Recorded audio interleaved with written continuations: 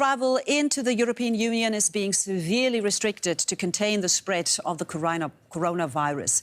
European Union leaders have agreed on a 30-day ban on travellers entering the bloc. The decision will affect most non-citizens and non-residents of the European Union, with some exceptions. It will be up to each member state to implement the new regulations.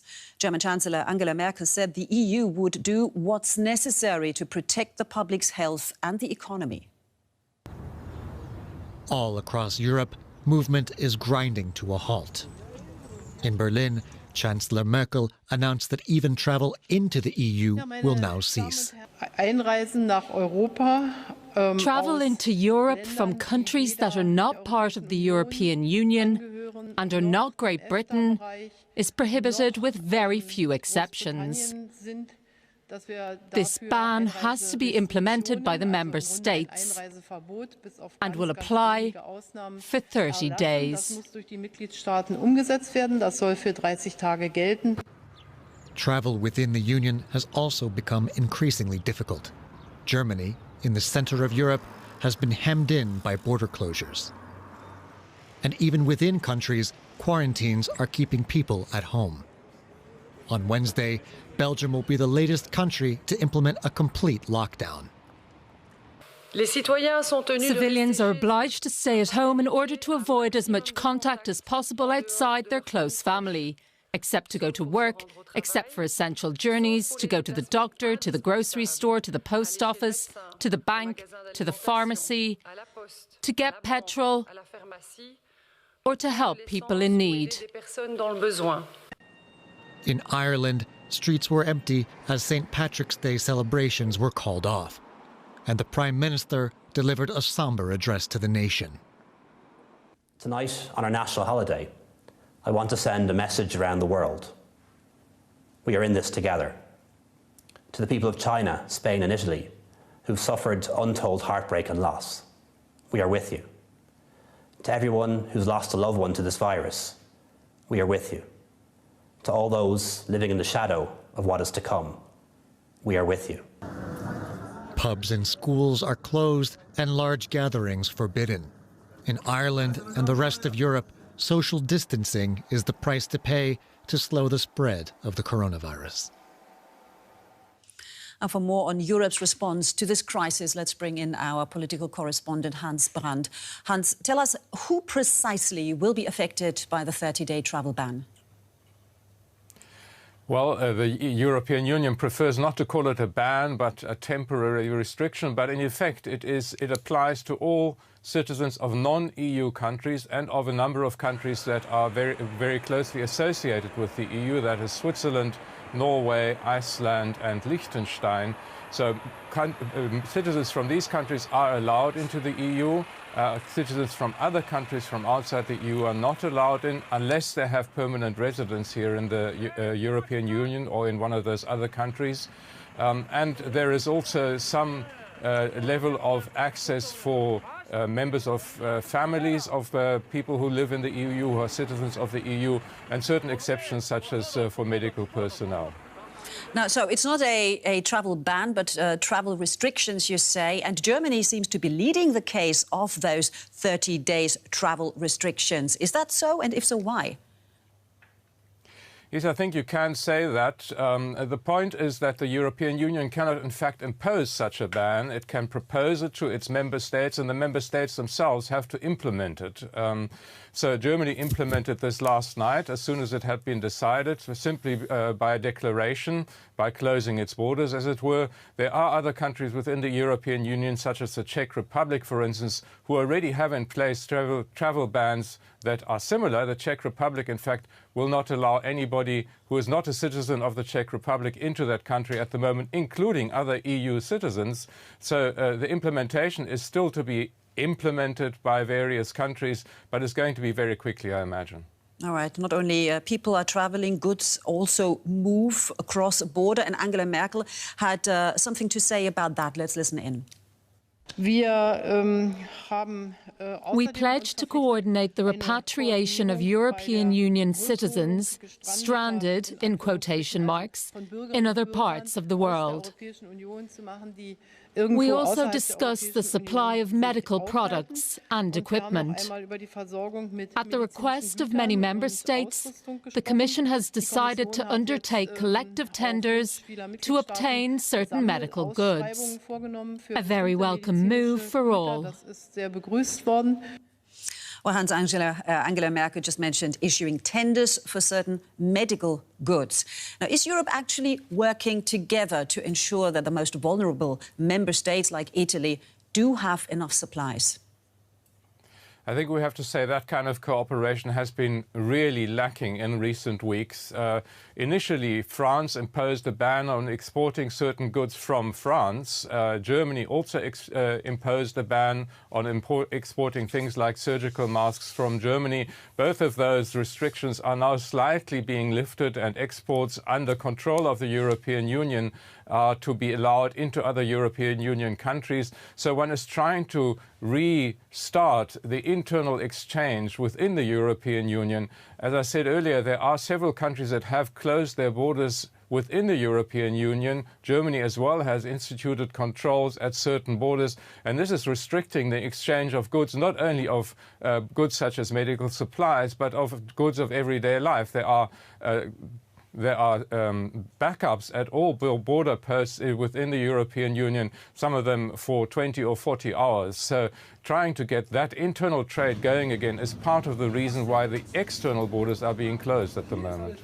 So, I mean, Germany is right at the centre, at the heart of the European Union. How worried is Germany that goods, both medical and other goods, could dry up in this period?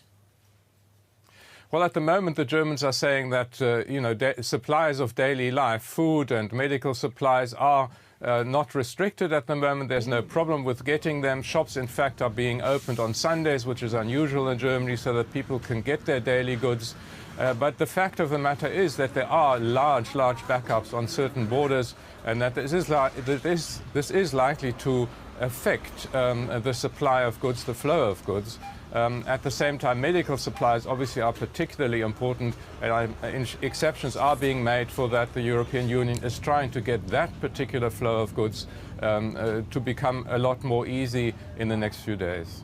All right, Hans Brandt there, DW's political correspondent. Hans, thank you so much for this. China has reported just one new case of the coronavirus that was transmitted domestically. Now, this is the second consecutive day where there was only one new infection in Wuhan, the original epicenter of the global outbreak, where the virus first emerged late last year.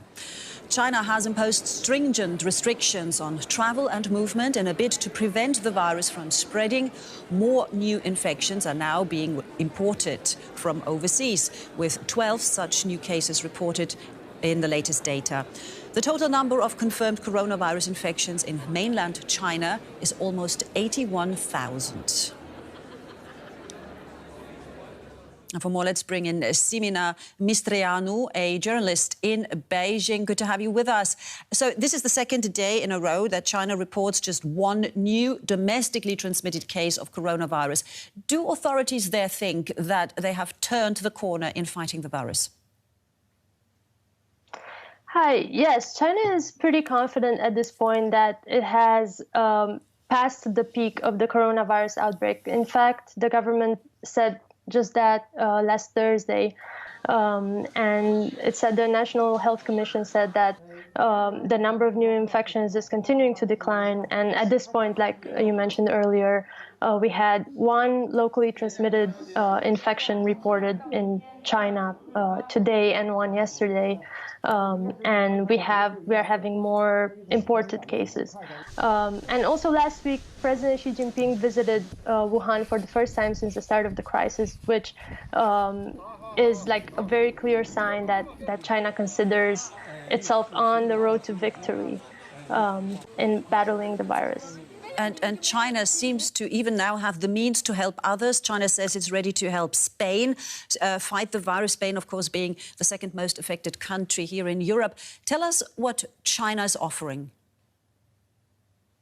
China has so far offered to send Spain protective equipment. It's offered to open new commercial channel to send such equipment quickly to Spain. It's also offered to send medical supplies, and it said it's encouraging medical experts in China and professionals having exchanges with professionals, with medics in Spain. And it's also considering sending doctors from China to Spain, which would be like a new development. Okay. Well, at the same time, relations between China and the US seem to, or could possibly be cooling again. The Chinese government certainly reacted strongly to US President Donald Trump, calling coronavirus a, quote, Chinese virus. Tell us more about that. Yeah, China has been vocal about not wanting the coronavirus labeled as a Chinese virus or a Wuhan virus, which has also been a term used by U.S. politicians. And on the one hand, their official discourse coming from the foreign ministry is pretty balanced. They're saying like we're supposed to help each other as countries fighting together against this outbreak. On the other hand, they do have certain more rogue voices, such as a foreign ministry spokesman who tweeted last week that it is actually possible that the virus was brought to Wuhan by the U.S. Army, which is kind of a conspiracy theory that hasn't been proved. And then we also have the Chinese state media who are kind of peddling these conspiracy theories. So like it often happens in China, you have two trains of discourse that come from the government that are like kind of a bad cop, good cop situation. All right, so a bit of a blame game going on there on both sides. Ximena Mistriano, sure. Journalist in Beijing, thank you so much for your time. Thank you. Well, turning back to Europe, where Spain, as we just mentioned, is one of the countries currently hardest hit by the virus, with nearly 12,000 confirmed cases and over 500 deaths. To slow the spread of the infection, the country has been in a nationwide lockdown since last week. But the tight restrictions on travel and commerce have hit the country's vital tourism industry hard. DW's Jan-Philipp Scholz reports from Seville. The historic centre of Seville is like a ghost town. The lockdown and the government-ordered closure of all restaurants and bars is having the desired effect. Hardly anybody is out on the streets and tourists are nowhere to be found. Closed due to reasons of public health, those signs are visible everywhere in Sevilla at the moment. Tourism is Spain's third most important economic sector, and Sevilla is one of the most popular destinations. Nobody even dares to think about the long-term consequences for the economy at the moment, but the first devastating effects are already visible for small enterprises. This is despite promises from Madrid to provide emergency credit for the tourism industry and giving small businesses a break from paying taxes for the coming months. The measures are part of a massive relief package announced by the Spanish government. But the measures are inadequate, says Manuela Stuhl. For more than 10 years, she's run a small agency renting holiday apartments. In the last few days, all her clients have cancelled. Manuela, can you tell me about the consequences for your business? Well, we are in shock right now. We are facing €0 income. Everything got cancelled. We're a team of 8 people. And we're just getting out of the low season, so normally what would be now the high season is completely damaged, 0 income. And what would help you right now?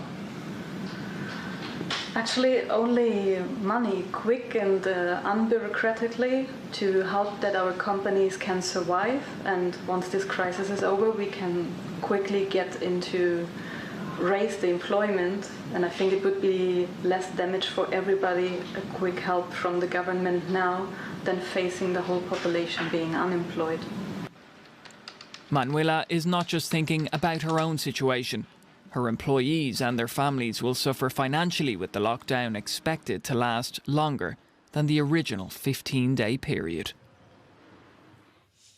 And as the virus continues to spread across Europe, there are growing fears of an outbreak at Greece's overcrowded migrant camps.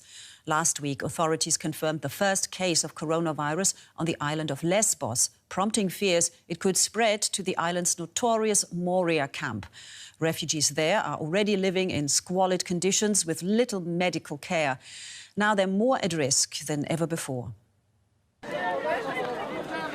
The Moria camp was originally planned for 3,000 people, but now it's housing some 20,000 asylum seekers. They live in homemade tents outside the official camp in what's been nicknamed the jungle. More than 1,000 people share a single water outlet, which frequently malfunctions. When we arrive here, we see he has not water. Now we must go without water again to home. It's our daily life. Sadar, an Afghan doctor, lives with his wife and 4 children in a small tent. They fled the war in their country and now rely on aid. This means waiting in long, crowded lines for hours to get food. Avoiding close contact is almost impossible in Moria. Aid organisations say the camp is an ideal breeding ground for the coronavirus. We are extremely concerned about these very cramped conditions. There's no soap. It's impossible for people to take even the most basic hygiene precautions, and that's what's worrying, because it means they cannot do anything to stop the spread of the virus if it were to arrive in the camp.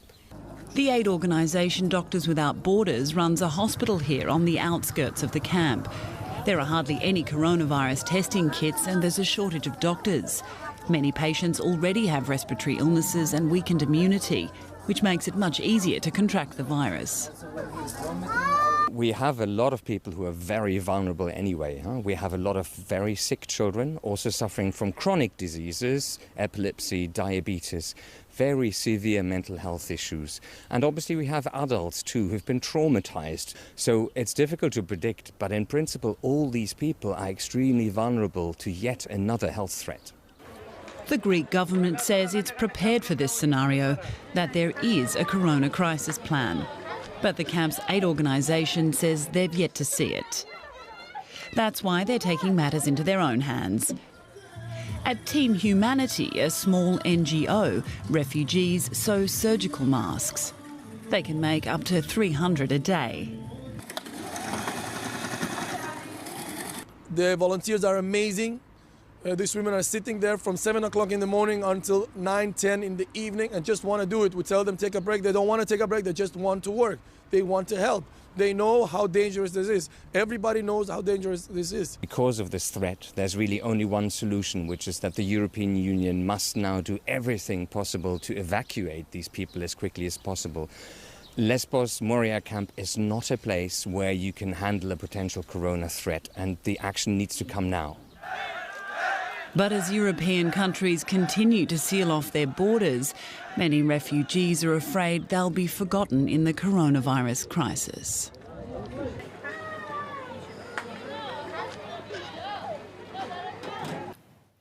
We're staying in the US. The Trump administration is proposing an $850 billion stimulus package that would, among other measures, send a $1,000 check to every American. The package would also include $50 billion for the American airline industry, a cut in payroll taxes and further loans on guarantees for small businesses.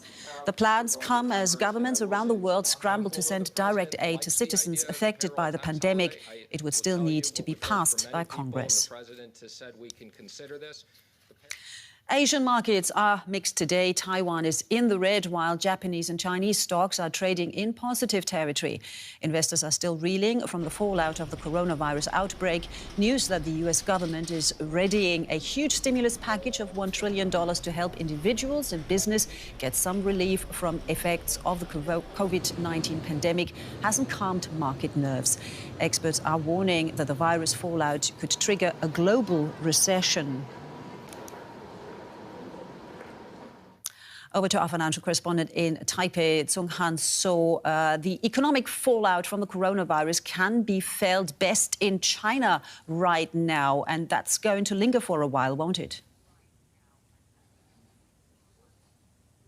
Yeah, we can look at China's unemployment rate. The unemployment rate has jumped to 6.2% for January and February. It's the highest on record. It combines January and February to smooth out the impact of Chinese New Year holidays. But this official number does not tell the full story because it does not include most of the 291 migrant workers in China. So the actual number is much higher. And for Chinese top officials, stable employment has always been a top priority to ensure social stability. So China has rolled out tax cuts and emergency funds to help hard-hit small business, which employs the majority of China's workforce.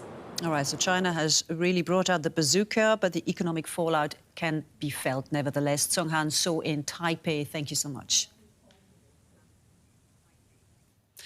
This is DW News, and these are our top stories. EU leaders have voted to seal off the bloc from nearly all international travel for at least 30 days in a bid to slow the spread of coronavirus. German Chancellor Angela Merkel announced the restrictions after a series of video conferences with other European leaders. The Trump administration is proposing an $850 billion stimulus package to soften the economic damage from the coronavirus. Among other things, the bill would send a $1,000 check to every American and provide further assistance for small business. Former Vice President Joe Biden has swept Tuesday's Democratic presidential primaries in the U.S. The voting went ahead in Arizona, Florida and Illinois, despite fears about the spreading coronavirus. The state of Ohio postponed its scheduled primary due to the pandemic. European football's governing body UEFA has confirmed the postponement of the Euro 2020 tournament until next year. It hopes the move will allow domestic leagues to complete their seasons and minimize the pandemic's financial impact on football clubs.